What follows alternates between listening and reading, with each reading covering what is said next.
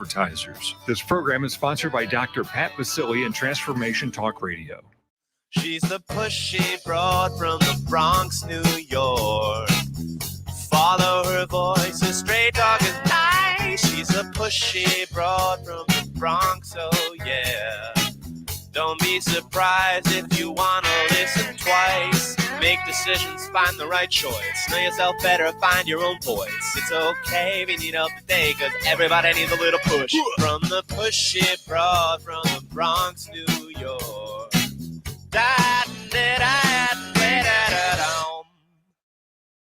Good morning, Wednesday. I never get tired of my theme song. Welcome, Transformation Talk Network listeners. My name is Erin Stewart, and I am the pushy broad from the Bronx. Welcome to my show, Recovery Recharged, where we share advice and support from experts in addiction, recovery, and life. I know that there are so many of you that are going to relate to this program today. It is rather a serious note, but of course it has a happy ending. I want to talk about surviving alcoholic parents with a very special guest. I know, and she knows, that surviving alcoholic parents takes open dialogue, self-care, and self-love. So, of course, the Pushy Broad brought in an expert, someone that has written many books about this subject and her own personal experiences in also surviving alcoholic parents. This is going to be a very compelling interview. Let me tell you all about Tammy Vincent. She's a best-selling author, speaker, podcaster, life coach, and NLP practitioner. She has transformed her life after growing up with two alcoholic parents. She has over 30 years of education in healing. She uses her compassionate coaching to lead others towards self-reflection, self-love, and empowerment. She is advocating through her podcast, Adult Child of Dysfunction and Trials to Triumph, her impactful message, which she's going to share with us today. And I'm going to have her talk about the 4 books that she has put together, because you have to go out and get it. The Pushy Broad from the Bronx, Recovery Recharged, welcomes my guest today, Tammy Vincent. Good morning, Tammy. How are you? Good morning, Ellen. I'm fine. I hope you're doing well. Thank you so much. I'm very glad. So let's kind of start from the beginning, right? I know you have a tumultuous background. Talk to me a little bit about what that was and what the pivotal moments were that you found that you had to actually do something. Well, it was tumultuous from day one because my mother was a violent alcoholic, abusive, locking me in closets, doing that sort of thing. But it wasn't until I was actually getting ready to have my first child that I realized I didn't understand major life concepts like unconditional love and boundaries and love at all, really. So that is what threw me. That was the aha moment that threw me into the 30 years of healing. All right. So let's just go back for a moment. You said mom was a tumultuous alcoholic doing horrendous things in terms of child abuse. How old were you with your earliest memory of that? My very earliest memory was when I was in preschool and my brother had gone off to school, and every day my mom would watch Days of Our Lives and make me soft-boiled eggs, and I couldn't stand them. So every day I would either get spanked, locked in a closet, had them physically stuffed down my throat, and sometimes I was in the closet until 9 o'clock at night. So I was 5. You were 5 years old. So you began to realize that something was not right, but even then you really didn't know any better. And it took you until you had your first child to realize that this was unacceptable behavior. I realized it right away, but I was a child. I was kind of at everybody's whim, and I didn't have, back then you didn't say anything. You didn't tell anybody, you didn't talk about it. So I was really at the mercy of the people that were taking care of me, and all of them failed me. And what about your father? My father was an alcoholic as well. He was not a violent or abusive alcoholic, but I say that in the nicest way. He never did anything physically wrong to me, but he emotionally was not there to do anything right because he was battling his own demons, and I loved him till the day he died. So, Is your mom still alive?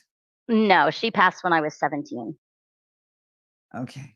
All right. So, wow, unbelievable. And you have one sibling? A brother and a sister. And did they both suffer from this abuse as well? We suffered all in different ways. They both are in recovery. Congratulations to them, one for 7 years and one for 30 years. But if you put us together in a room, we actually never spoke about our childhood ever until just the last 2 or 3 years, and I'm 55 years old. And we never said a word about it because if you put us in the same room or in different rooms and ask the same question, you would never even know we grew up in the same house. Everybody was treated differently under this abuse. Absolutely. So these are the kinds of things that you went through. Give us examples of some of the things that you have seen, because I want our listeners to be able to associate and maybe identify for those of you that are struggling with adult parents who are alcoholics. So talk a little bit about some of the symptoms, what you saw, what you experienced.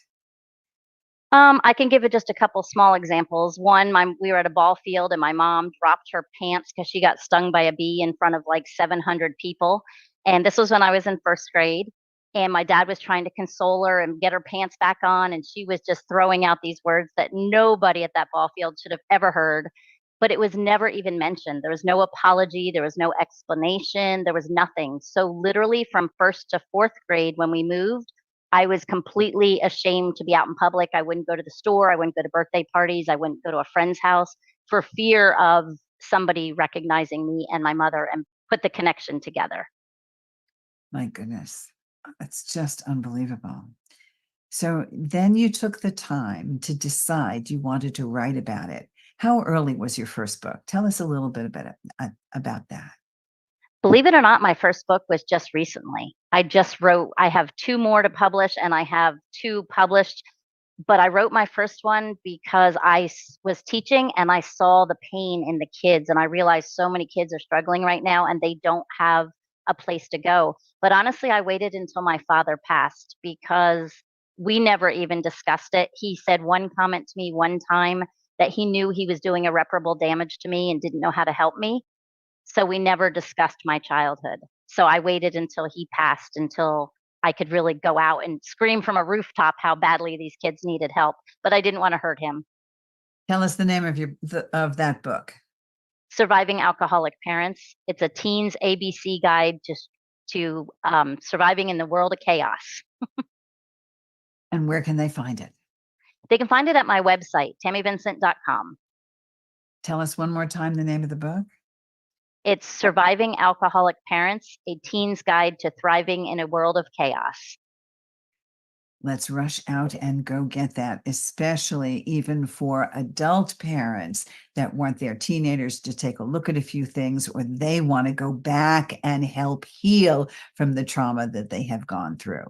All right. Tell us a little bit about your podcast.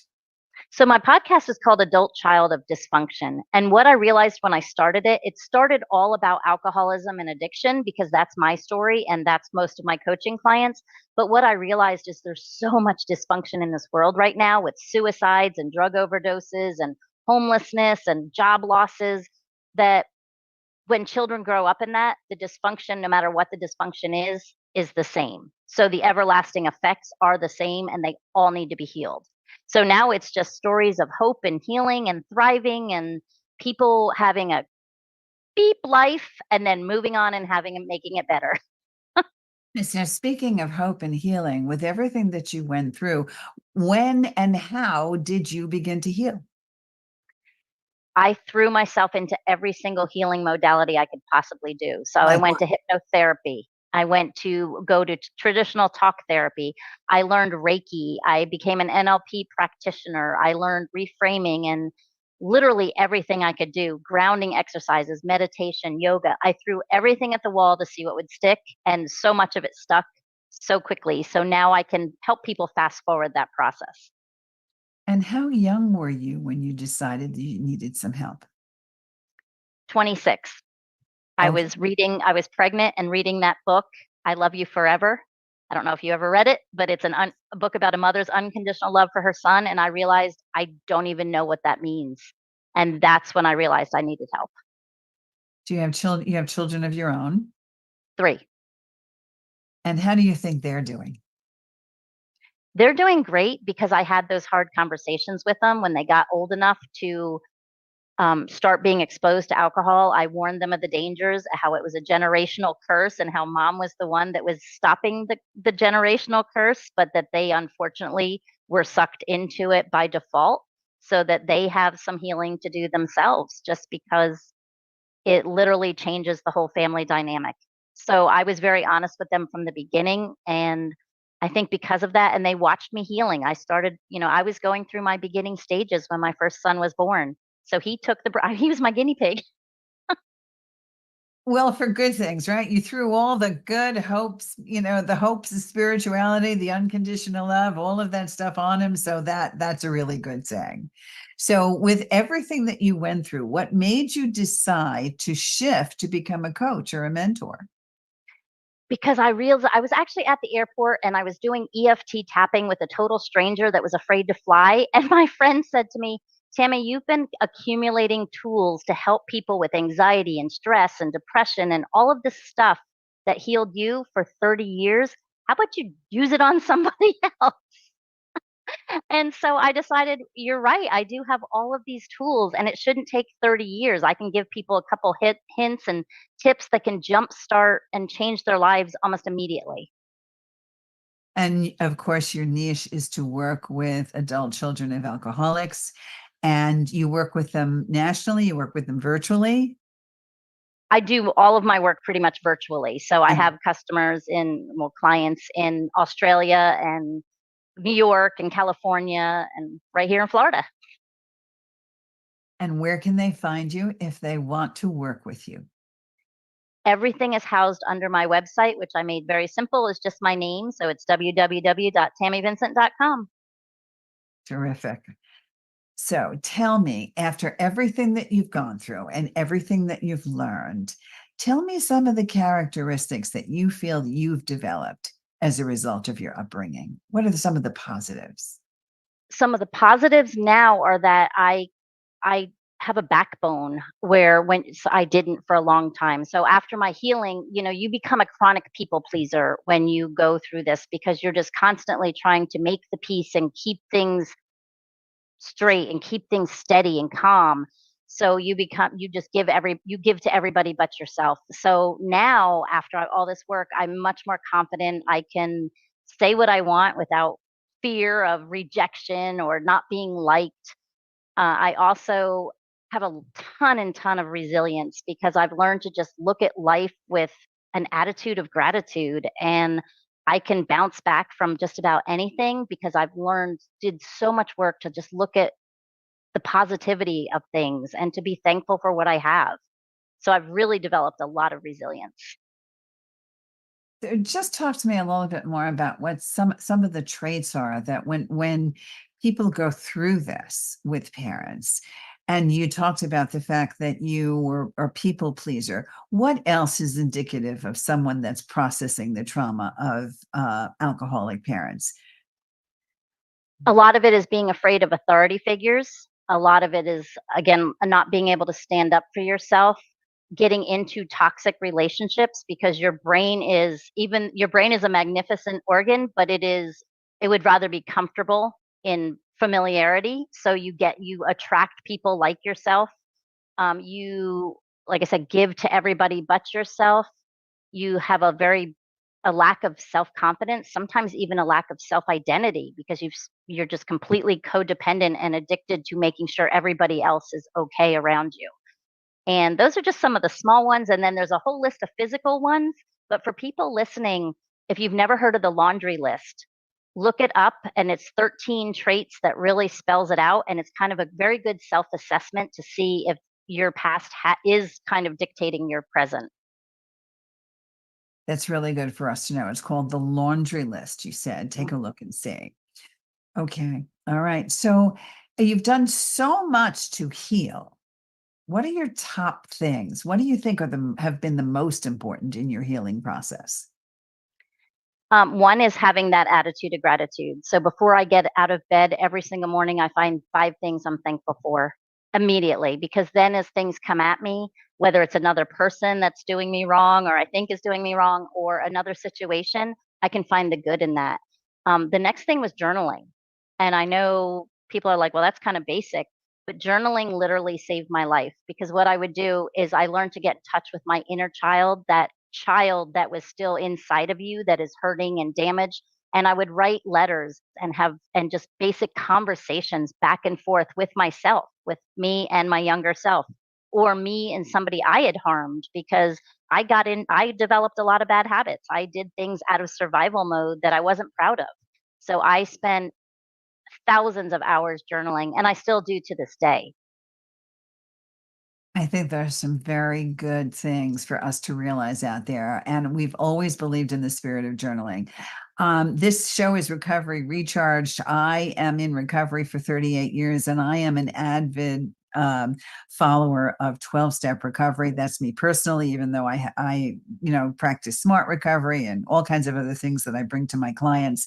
Do you find that the 12-step programs for adult children of alcoholics, the ACOA and the Al-Anon rooms, have helped you in your recovery? They really did. At first, I started with Al Anon, and what I realized there was that it was really beneficial, but it was more for people in the active stage of dealing with someone with an addiction. So I moved over to ACA, which is Adult Children of Alcoholics. And that dealt with more with healing the inner child and going back and actually healing what's going on that happened in the past. So it's going back and re-establishing that self-identity and building yourself back up from those bad habits. It's not just dealing with just the present. So I mean, I still listen on I do most of them online, but I will jump in on an Al-Anon meeting occasionally, but I do a lot of ACA meetings, because there is nothing more powerful when you're trying to heal than to have a community of people that get it. Absolutely not. I've been doing this for several decades, and I didn't even realize that ACA exists. Is it aca.org for those of us out there? Yes. Okay. Or Adult children of alcoholics, go take a look and see if you really need it, especially like Tammy said, if you're beyond living at home, if your parents are deceased or you're older and you're outside and you want to go back and do your inner child healing, that inner child work. Great. So many people think that once they go through an experience like that they grow up dysfunctional and there's no place for them to go and they don't know how to break out. They tend to feel like they're stuck. What do you say to people like that? you're never stuck, and it is never too late. I have a client that is 74 years old and just said to me, for the first time in my life, I feel like I have my life back and I am in control. There's also no stopping point. There's no, I'm healed. There's no more work to do. It's a journey, because, in my opinion, God is going to throw me whatever I can handle, whatever layers I can handle as I handle them. But the most important thing I want to tell people is none of it was your fault. Any of the stigma and shame attached to it is ridiculous. And you deserve and you are worthy to get the help. So join a group, listen to these podcasts, listen to radio stations. We're in an age of people coming out and people sharing their stories and saying, it's okay, I'm with you and I hear you. So you're worth it. In recovery, we say the opposite of addiction is connection. And this very definitely would be the same kind of connection. So again, one more time, please tell us the name of your book and where to find it and the name of your podcast. The name of my book is Surviving Alcoholic Parents, and you can find it on my website, which is just my name, tammyvincent.com. And the podcast, and you can find it on any major podcast platform, is Adult Child of Dysfunction. Okay. So now, if you were to give advice to people struggling in that way, I know you talked about a few things, but is there one piece of advice that really stands out for you if somebody is struggling as an adult child? Besides the fact that you are absolutely worth it, it's that you have to make the choice and you have to be willing to do the work. So you're going to have to sit with some unpleasant things, and it's okay. Every unpleasantness, every bit of healing that you do is one step closer to you being happier. So you do have to make the choice because happiness is a choice. How many people come to you? I'm curious about this. How many people come to you and because they have been abused, now have, like we said, because of family, genetics, environment, how many active alcoholics do you deal with that have gone through this? Right now, a lot because I'm actually collaborating a little bit with this grief support group, and just that one dynamic, you'd be absolutely amazed. I mean, they say that right now, 1 in 4 children has at least one addicted parent. That is astronomical. So what that means is that 1 in 4 adults are suffering with some kind of addiction, and it's generational. So most people that are suffering from a substance abuse disorder have parents that did too. But it's hundreds of people.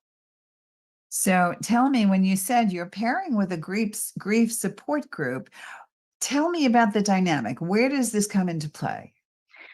So my good friend has a grief support group and she's called the Positive Widow. And so she is a group that helps people that have lost their spouses.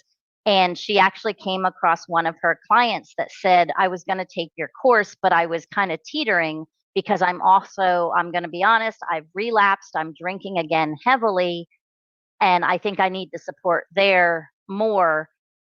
And she just said to her, she said, "Believe it or not," she said, "it's a lot of us because what do we do when we're grieving? We drink. What do we do when we're being abused as a child? We drink." It starts as just a coping mechanism before it turns into an addiction. So that's there I don't even think about the number of all these different demographics of people that are going through, losing a spouse, losing a job, all these things that turn us to alcohol.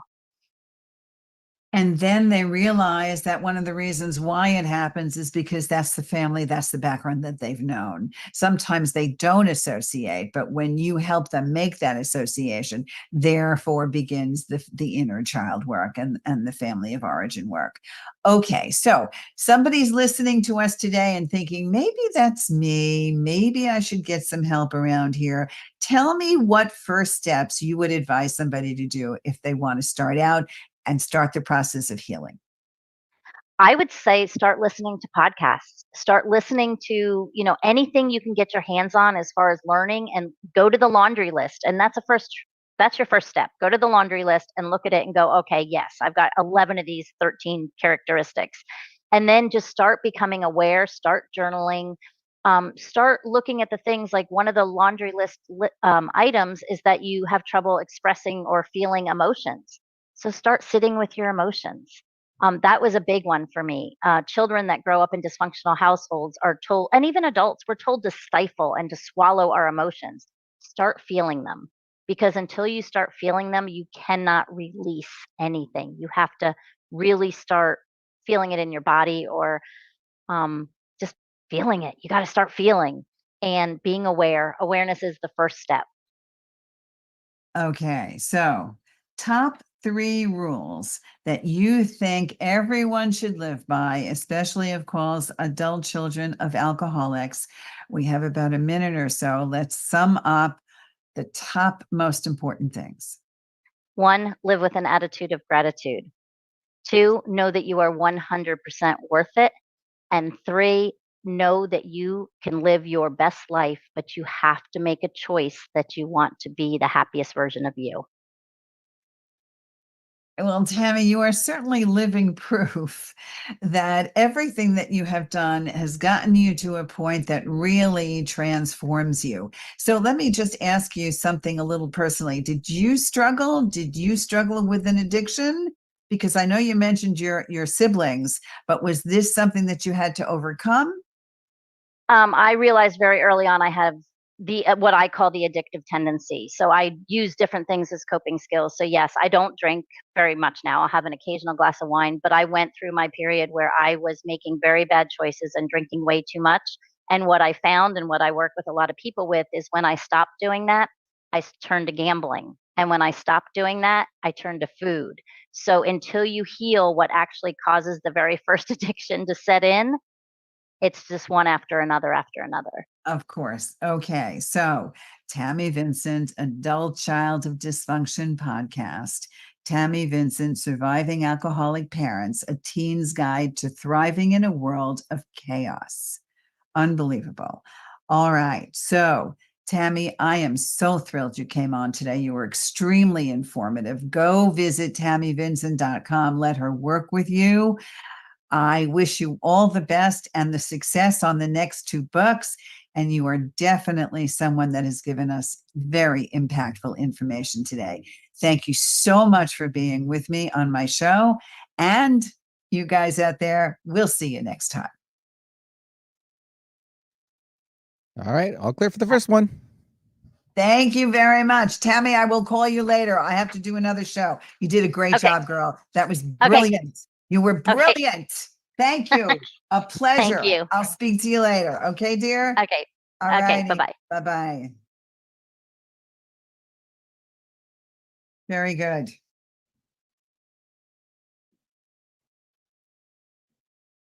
Oops, I was muted. We have Erin in the waiting room. You just let me know when you are ready Yeah, to I'm let good. them in. Let's do it. Okie doke. What are we starting? 3 minutes after? When are we starting on the 33, Benny? He's doing his shit. He's doing his things. It'll be okay. I end on the 58, I guess. Hey, Erin, how you doing, honey? Good morning. Good morning. Okay, so you're in the right frames. Keep saying testing 1, 2, 3, testing 1, 2, 3. Testing 1, 2, 3. I was hoping to get my microphone out of the frame, but that's all right. There we go. No, we can't see it. Don't worry. Okay. We can't see it at all. Just keep saying testing, honey. I want to check volumes. Testing. What a beautiful day. This is such a wonderful opportunity. Ellen, you're so beautiful, by the way. You're so cute. Thank you so much. So are you. Moxie, are we good? Sound? That sounds great. And you're, yes, go ahead, Moxie. I was going to say it sounds great and you're both very beautiful. Oh, thank you, sweetheart. I know you're beautiful too. I've seen you. Good, honey. All right. So we're very good. Please just remember this. If I start talking, I need you to stop talking. Okay. Because I'm talking for a reason. I'm just saying because I don't want to talk over you. And sometimes I have to talk in between just to get some questions out. Okay. The other thing is, I'm sorry. Not a problem. Okay, good. The other thing is if I ask you a question, somewhere between 3 and 5 sentences should give me the explanation for that. And then I need you to stop talking so it can be more of a dialogue and not just a monologue. Okay, we're good. Yep.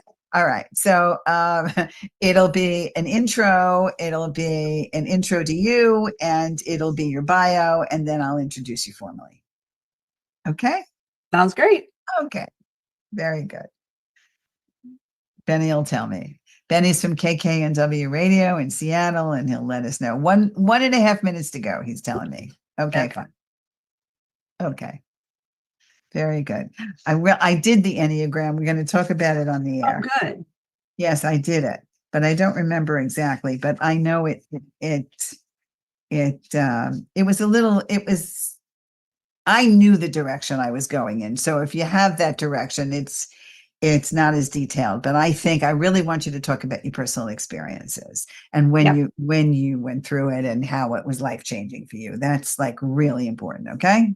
And we call it Enneagram, right? I'm saying it correctly. Enneagram. Yeah. Okay. Good. Okie dokie. We'll have fun. Almost. That was those couple seconds right before. Yeah. Don't worry about it. Breathe. It's fine. It's fine. You know what you're doing. It's totally fine. Just talk to me. That's all. Don't think about the rest of it. Just talk to me. Yep. You're passionate about this. It'll come through. Yeah.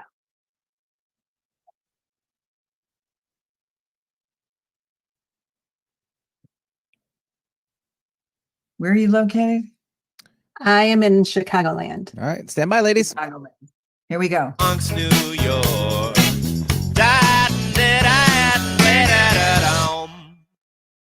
Good morning and welcome, Transformation Talk Network listeners. My name is Erin Stewart, and I am the Pushy Broad from the Bronx. Welcome to my show, Recovery Recharged, where we share advice and support from experts in addiction, recovery, and life. I love this next topic. Okay, this is light and fun and also very important for us out there. I love taking surveys. I love to find out what kind of person I am so that I can help myself better. I want to get an idea of where I'm going in life, what my aptitudes are, what I'm good at, and what I should nurture. So I decided to take a test myself and also bring on an expert to talk to us about it. This is Discover Who You Are. So if you're still vacillating back and forth, especially on the drive to work, saying to yourself, what am I doing and why am I here? Then I have the expert for you this morning. Let me tell you about Erin Slutsky.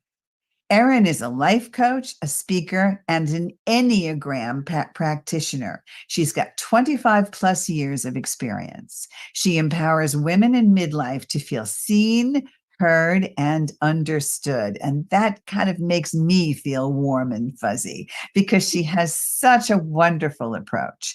Her clients are able to embrace their identity, speak their truth, and find their unique direction and purpose. That's a very powerful claim. So we're going to find out how she does it. And we're going to talk about something called the Enneagram. So the Pushy Broad and Recovery Recharged welcomes my guest, Erin Slutsky. Good morning, Erin. How are you? Hello, everyone. It is great to be here. I am so glad. Okay, I'm going to get right to it. First of all, Enneagram is spelled ENNE. AGRAM.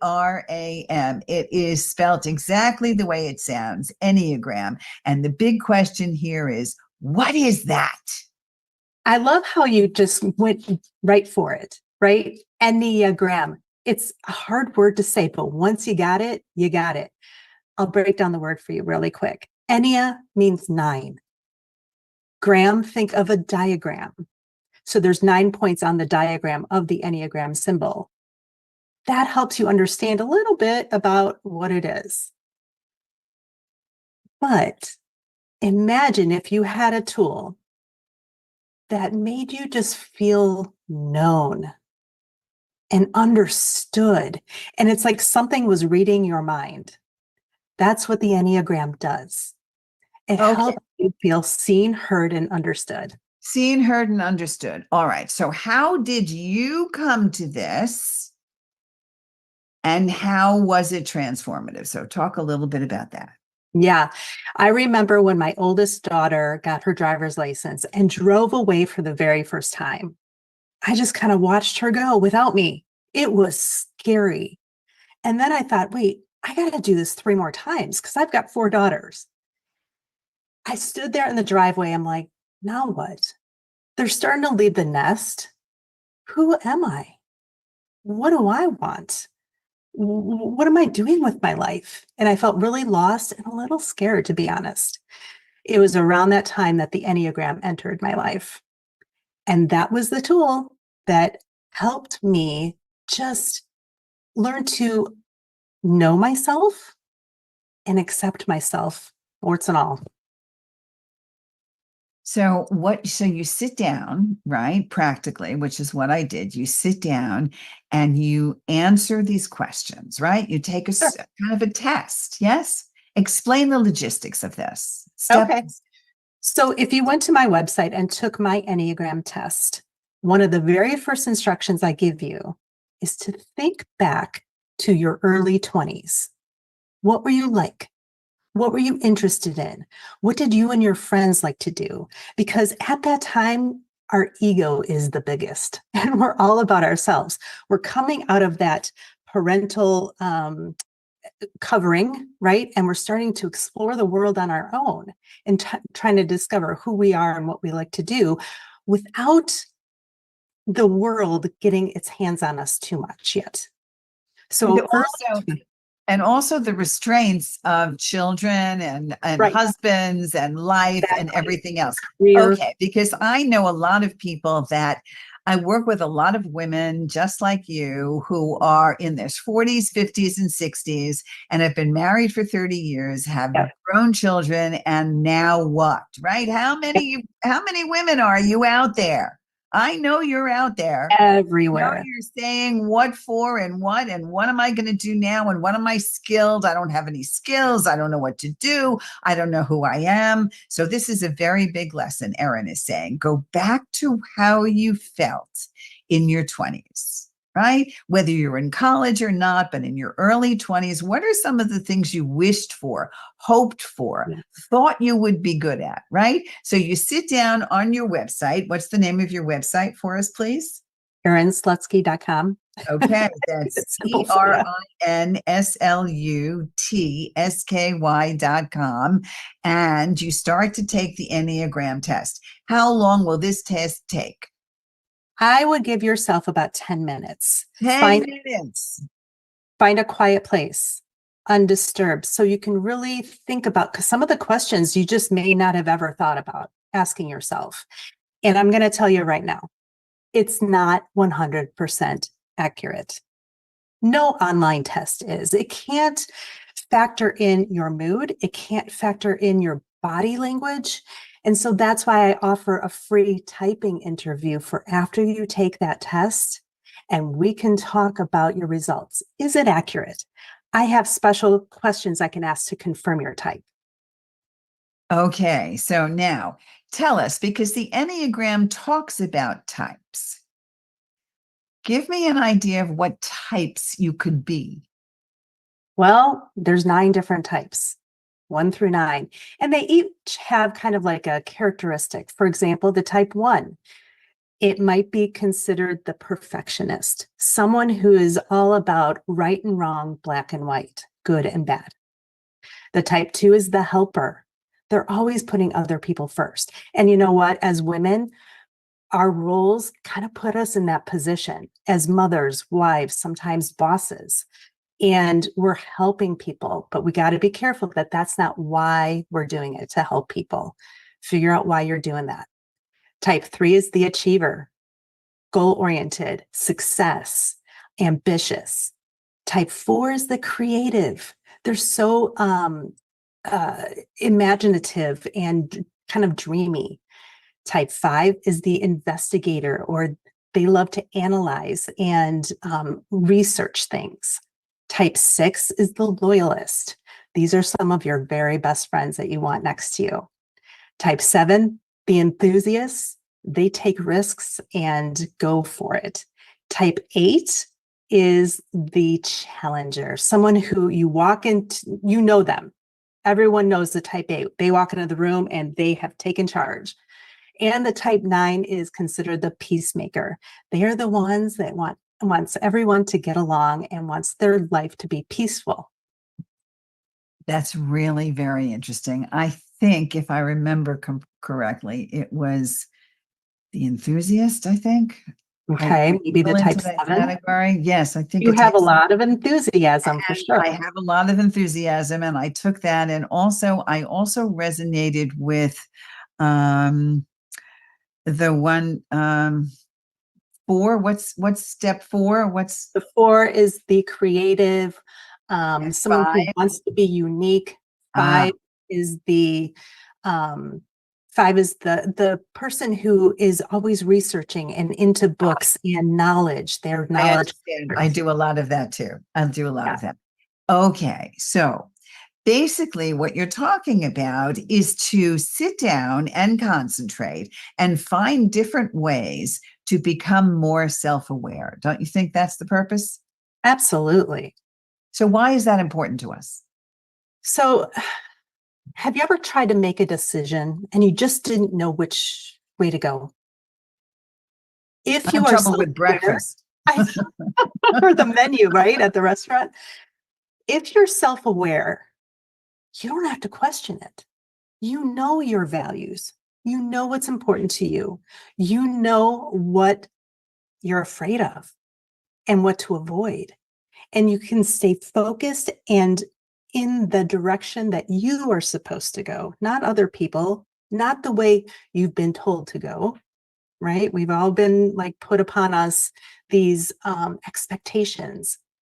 If we are being true to ourselves and we want to show up authentically and fully, self-awareness is the key. It's certainly the first part for sure. But sometimes, like we said, if we're not going to go to a coach, if we're not going to go to a therapist, if we're not going to read books and podcasts, here is an easy way to get a start on finding out what you're most comfortable with, who you are in so many new and unique ways. So tell us about your taking the test, how long ago it was, what they told you about your type, and how you applied this information. Yeah, I think it was about 10 years ago or so. I took a test online and it typed me as a type 2, the helper. Like I had mentioned before, we're put in these roles. And at the time, I was in the midst of some heavy parenting and just being in that role of helping people. But something wasn't aligned. It wasn't what motivated me. It wasn't what turned me on. I felt almost obligated to help people and at that point. So then I took another test and it typed me as a type 1. And I'm like, yes, that's it. I'm the perfectionist. I want everything just so. And then I was in another setting and I took it a third time. And it typed me as a type 3, the achiever. And when I read the description about how I want things to look perfect, not necessarily be perfect, a light bulb went off. I'm like, yes, I'm more about how things appear, how things look on the outside, where the inside can be messy. I'm about achievement. Back in my 20s, I was in nursing school. Okay, so what? I was the president of my class. I was the ambassador for the college. I mean, when I do something, I go all out. I raise to the top. I want to be the best. That's the type 3. I felt almost naked, like I was being found out, like someone knew what was going on inside my head, inside my heart. And I just couldn't believe it. It was a struggle between, oh, somebody knows me. And oh my gosh, somebody knows me. I understand. I hear you. But most importantly, you now know you. Yes. The good sides, the bad sides, the perfectionist, that's not a positive trait. And yet, the person who's willing to face it and look at it and strive to be better. So now that you had this information that you were a conglomerate of 1, 2, and 3, what did you do? How did you move forward? So I remember the first time that it just clicked how I can use this in a practical way. I was sitting on the couch having what I would call a heated discussion with my husband. And he got up and left the room. I was hurt by that because this is something that would typically happen in our heated conversations. And I'm like, I feel abandoned. I feel like he just got up and left and forgot about me. Well, he had also taken the Enneagram test and he's a type 5. Which is again? He's that investigator, that researcher, that analyzer. Right. And I remembered that and I'm like, oh yeah, he needs space and time to think through his response. And he would explain that to me. He's like, I don't want to hurt you back. And so I need to remove myself from the situation. He would come back, and he always comes back with a wise, thoughtful answer or solution. And I'm like, oh, so now I can give him that space and time and not be hurt by it. So that helps the communication and helps the relationship. That's absolutely wonderful. So let's move into how you have taken this, transform yourself, and carve out a career. Let's move to that. Well, I thought about at that same time, I'm like, what do I want to do? What lights me up? Is it this thing that I've been doing? Not really. But what part of that do I like? I love working with women. I love watching them find those insights and those ways out of their situations that they feel stuck in. I'm like, what is this life coaching thing? Let me look into that. And so I created my life coaching business based on the Enneagram because I know how powerful of a tool it was for me to create that self-awareness. I wanted to give it to other people to use for their own personal growth work. It also helps me be a better coach so I can speak their language. I know where they're coming from. I know where they're going to get tripped up. So the results are much quicker. Well, you also talk about the fact that the Enneagram is responsible for so many other things in communication, personal and professional relationships. Give us some examples of that based on your clients, some good success stories. So I remember one of my clients, she called me on her way home from work and she just said, "Oh, I get it now." Now, we had been working together using the Enneagram for about a year. She had a lot of work to do. But there was something that just sparked her eyes to, be open. She's like, "I get it now. I need to show up at work accepting myself so I can advocate for myself." She was working in a male-dominated field, and she wasn't getting the promotion that she deserved because she was a woman. So once she opened her eyes to that, her eyes were open.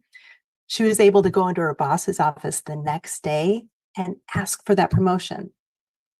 Guess what?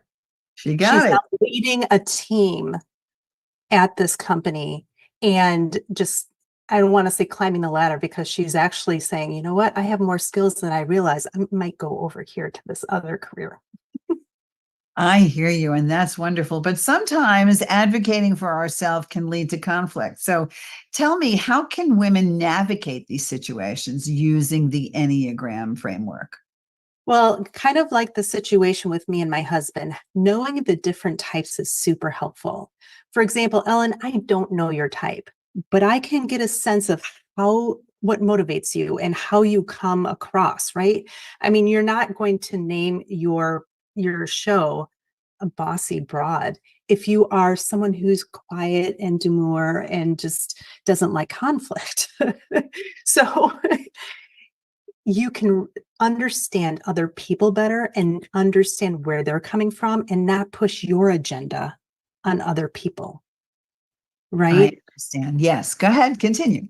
So it's that understanding and empathy that the Enneagram builds into relationships, whether it be personal or professional relationships. So when you're advocating for yourself, what you need to do is check yourself first. Am I coming from an authentic place? Is this really how I want to show up? Where's my worth? Right? Is my worth in this job, in this position, in this paycheck, or is it somewhere else? What's most valuable to me? Right. And then also discover exactly who you are, right? And be able to work in that vein. Were you going to say something else? Right. And so understanding your type, what your values are, and sticking with that will help you take the next step and just accept yourself, right? Okay, I know that I struggle with failure, for example. What am I going to do in this situation if it doesn't go well? What am I going to do in this situation if it does go well? Playing out those scenarios. Then you can show up authentically. It gives you courage. It gives you that confidence to ask for what you want. Now, I do want to say something about that with women, especially. Sometimes we just don't know what we want.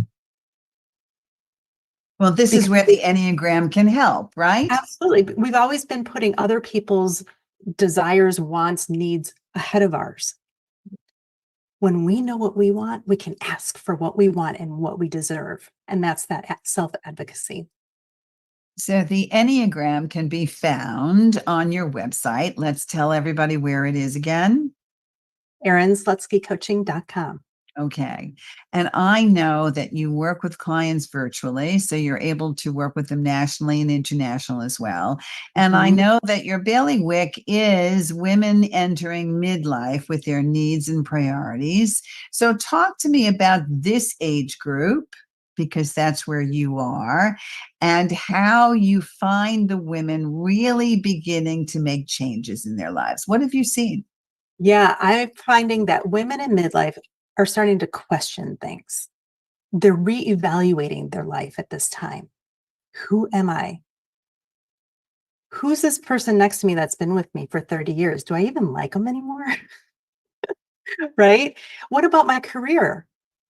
Am I going to retire early, or am I going to do something else after this? Because I don't know about you, but I feel like life is just getting started at this age. So that midlife time is a time of rediscovering who you are. Do you find that many women in midlife that go through this and have the awareness and are completely reevaluating everything? How many of those women are thinking about divorce? Many. They call it the Many. great divorce. You call it what? The great divorce? The gray divorce. Oh, the gray divorce. Yeah. What does that mean? Women in midlife, or even men in midlife, they're very different than they were 30 years ago. The person you married is a different person. The person you were is very different. And you know what? I think it's okay to reevaluate and say, hey, I know I did it with my own husband. When my kids started leaving the nest, I'm like, do I even like you? I want to like you at the end of this. And so we've made the efforts and done the work to actually enjoy each other again. Of course, especially when you have children, because that's, of course, your priority. And then when everybody's gone, that whole empty nesting syndrome, you turn around and it's just you and your husband, and you have to rediscover yourself again.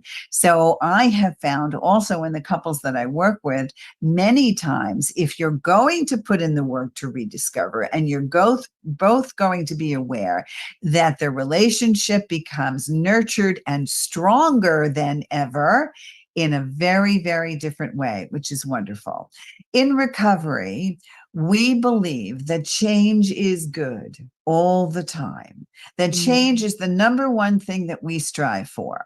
So what you're saying basically is you understood that you had to change, and now the Enneagram is giving us a way to learn the first steps in how to change. Would you say that was accurate?